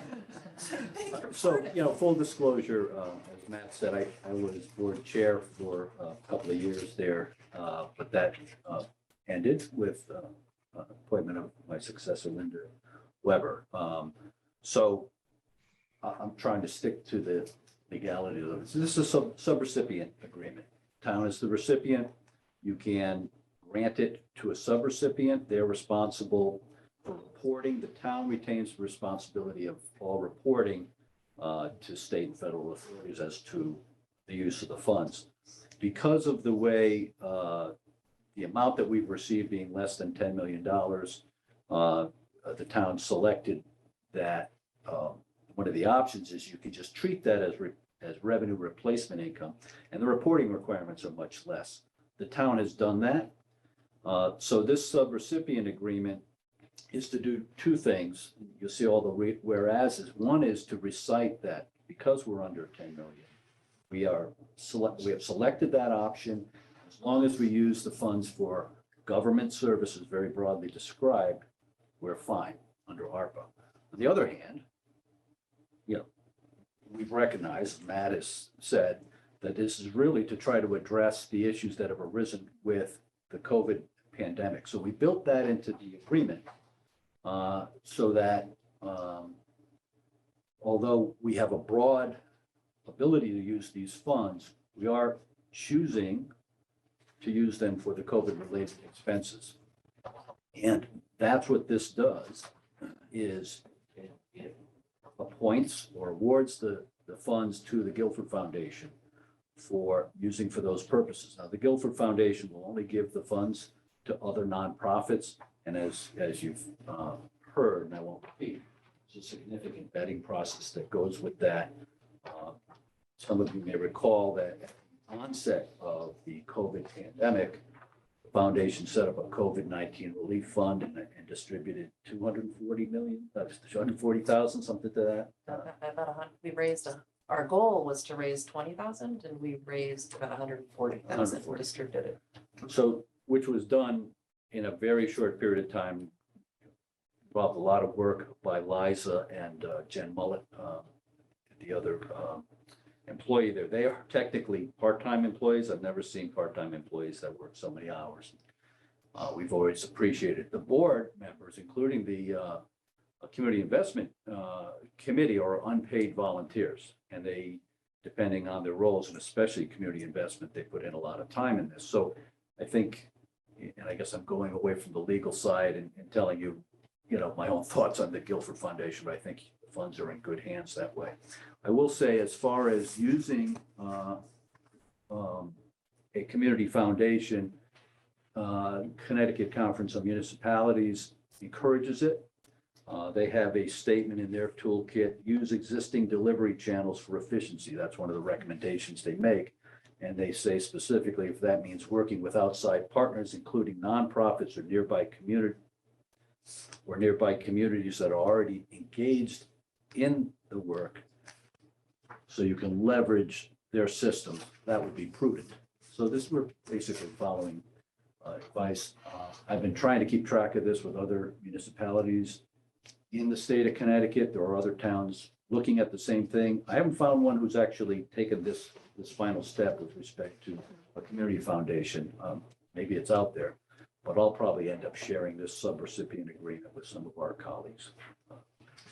And any questions, glad to answer. No, this is great. Just one thought occurred to me, and Charles, this would be the follow-up for the business, potential of expanding this into the business community. George has experience doing that in East Windsor.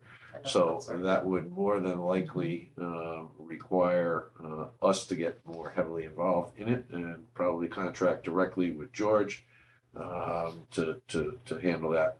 In that case, remember, we had some discussions earlier on with ARPA about putting together an advisory committee in terms of determining how best to spend the fund. If we were looking to insulate ourselves, to some degree, we might want to consider something like that. But I think let's walk before we run, and let's get this out on its way. Did you want George to say a few words? Yeah, George, your thoughts? Sorry to put you on the spot, George. Well, everything is going so well, I'm reluctant to say a word. I think it is a very unique opportunity and very forward thinking of the town to contract with the foundation there are already so many efficiencies in place there that if the town were to go this on their own, you would have to start building all that, and it's already in place at the foundation. So that's a wonderful opportunity. And with so many important people that are on the board with the foundation, I feel very confident that this plan is going to ultimately be a model for all the other towns. And I'm looking forward to the opportunity to work with the town and the foundation. And I really think this is very, very forward thinking of the town, and the citizens of the town should be very proud of how their government is anticipating future needs based on the pandemic. And other than that, I'm just eager to get started. So thank you Great. for the opportunity. Thank you, George. Thank you very much for those kind words. Anything further? Any other? No, I'm gonna distribute materials once I have them. Yeah, I should point out, by the way, the 5% So that's- is the foundation's administrative fee, the consultant fees paid separately. Yeah, yeah. Oh, I see. Okay, yeah. In addition to. No, that was made clear. Thank you for the review. Okay, is there a motion? I'll make the motion. Is there a second? Second. Any further comments or questions? So the motion probably should be to both award the 500,000 to the Guilford Foundation and approve the subrecipient. And enter to the subrecipient. Want to Thanks, modify? Pete. As Pete has described it, I'll make the motion as Pete's just described it. Okay, by doing this with this agreement, then we're settling on the 5%. We're just gonna leave it at that. Yeah, we'll leave it at with, I think, with the agreement that we I think will. there are clauses in the agreement to revisit both the any additional ARPA funding. I just don't wanna.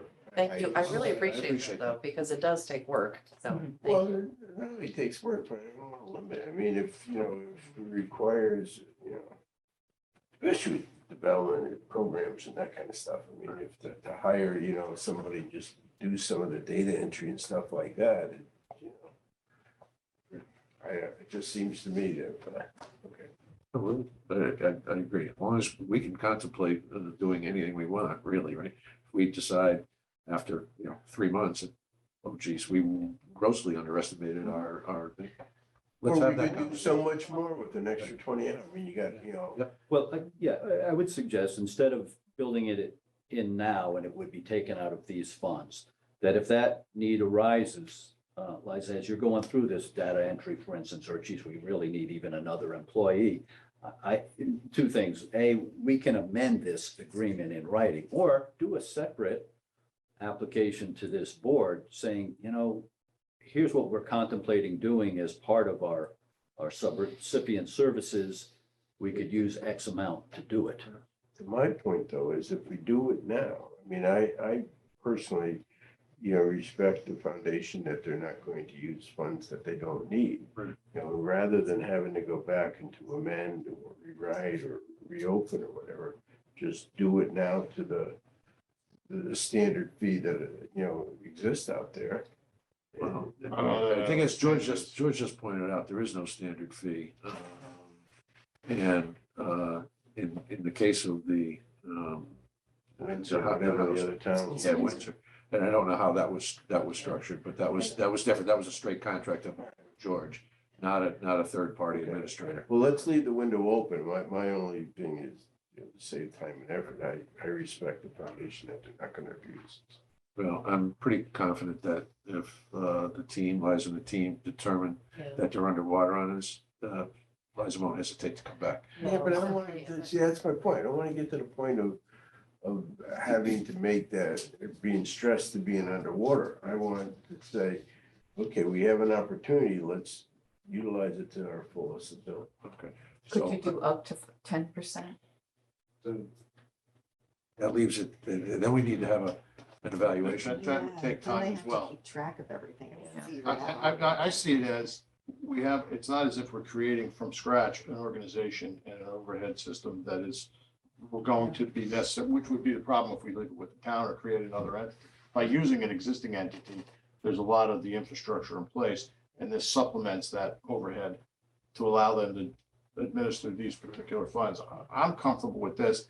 bearing in mind that at some point, if for whatever reason it becomes necessary, these are all capable people doing a wonderful job. They can come back to us. Either way, I think there would be effort trying to get to the right spot. I agree with everything you're saying, except for what Matt said, and I guess Liza going into it, was that they were being very generous by home. Well, I meant generous compared to what is allowed by some of the federal programs. I feel confident that, like you said, Mr. Federici, that we do have the systems in place and we are duplicating the existing system for our grant review process going forward. So we're not reinventing any wheels.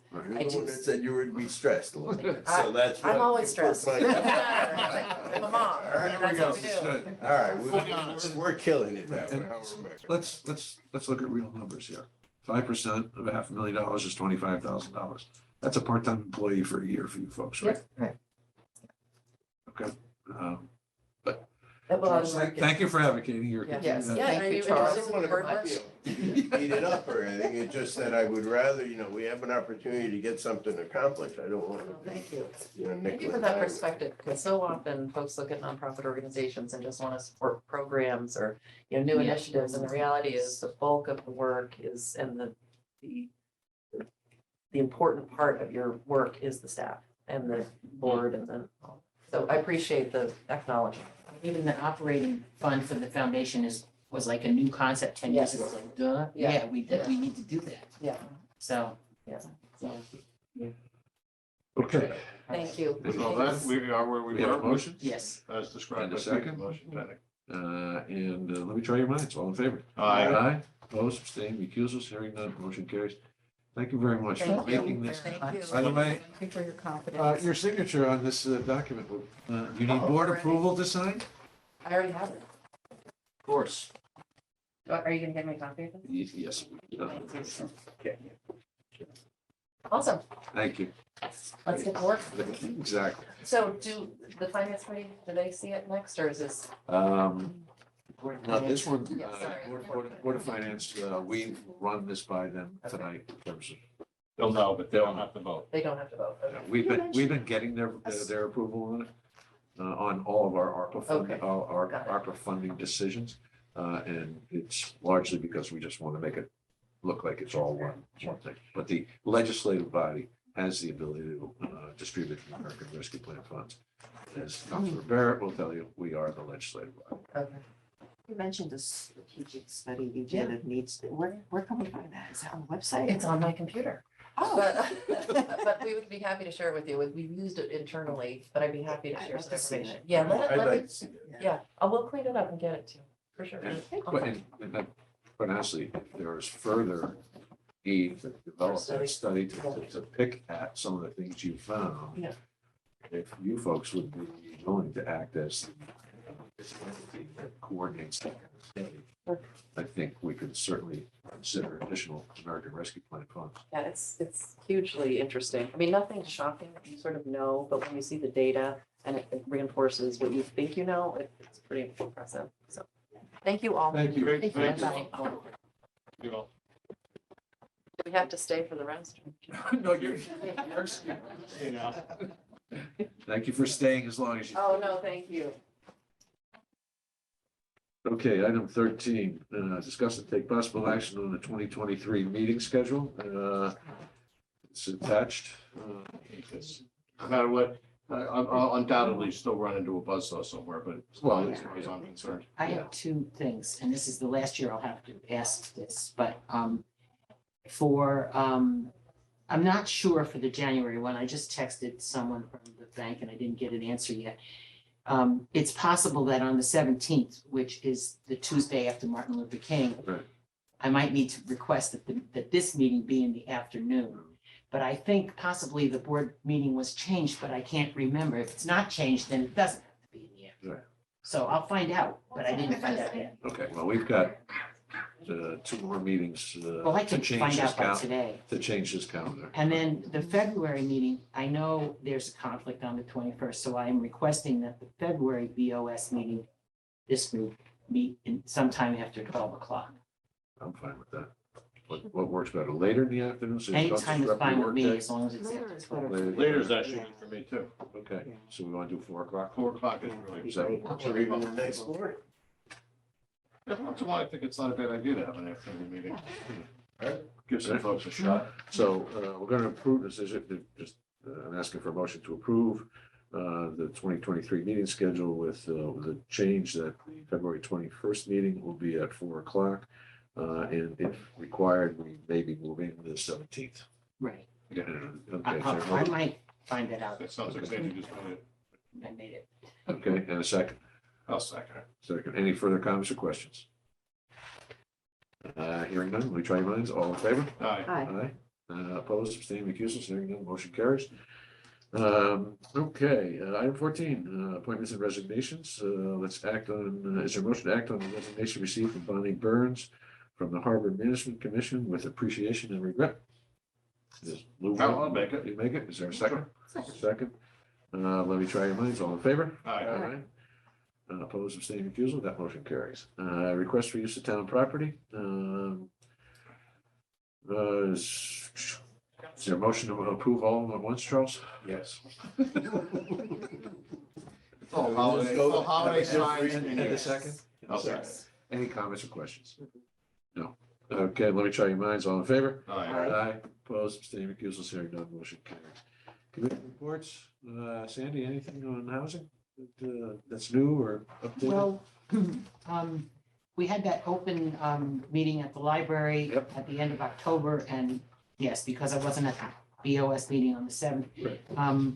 We had participation both remote and in person, and we had good presentations from the Neighbor Works New Horizons people regarding the Woodruff project, town project on that, and then Chris Widmer talked about Green Hill Corporation, and then the gentleman who's developing the 100 units gave some more detail about the Harvard Road property, which is still going to be limited. He's allowed to limit it to the 1 bedroom, even though there was some suggestion about making some of them 2 or 3, but that's not going to happen. But 1/3 of that project is going to be fall under affordable guidelines for, I think, over 55 and or people who have certain fiscal needs. You said that the State Street project is sold out. I know, I was And is the one south, where's that stand? Woodruff. That's not even up for, They haven't done the people application. can't even apply yet. We're still waiting. The town has done everything we need to do for that project at this moment. We are, the not-for-profit developer, Neighbor Works New Horizon, is waiting for the state funding to come through so they can actually start physically building. So applications. No, it's too soon for that. It's too soon for that. I don't think there'll be any problem with applications when it finally happens. But And actually, for the Green Planet, Green Hill. Green Hill, yeah, at least Green Planet something, and then It is Great Green Hill, Planet. Great Hill Cottage. Great Hill Cottages. Cottages. I participated in a DOH required set of community forums or community engagements on that where folks, interested parties, could learn about the project and so forth. And then there was an official application window that opened up after those hearings. And it was pretty interesting. They, as you can well imagine, there are more applications than there are places available. And that will more likely be the case with the Hubbard Road project as well for the affordable housing. And I know it will be the same for the Neighbor Works New Horizons over across from that's going to be a desirable community for a desirable place to live for a Yeah. lot of people, given its proximity to town, to the marina, to the beach, to the dreams. That's weird. All right, just thank you. Anything You're further? Okay. Correspondence, building report, or off and running again. It's interesting. I'm starting to get complaints that we're overdeveloping Guilford, particularly as it relates to Long Hill. That's one area that is received a bunch of consternation, largely because of the number of trees that have been taken down as well, changing the landscape, so to speak.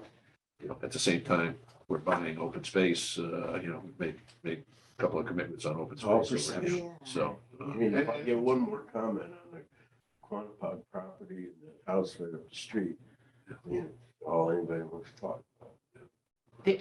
Positive comments, right? Oh, they don't want the house to be taken down? No, that one is, and the one up the street too. Oh, yeah, Yeah. right, well, yeah. But, A certain former town engineer? Yeah, it's all right.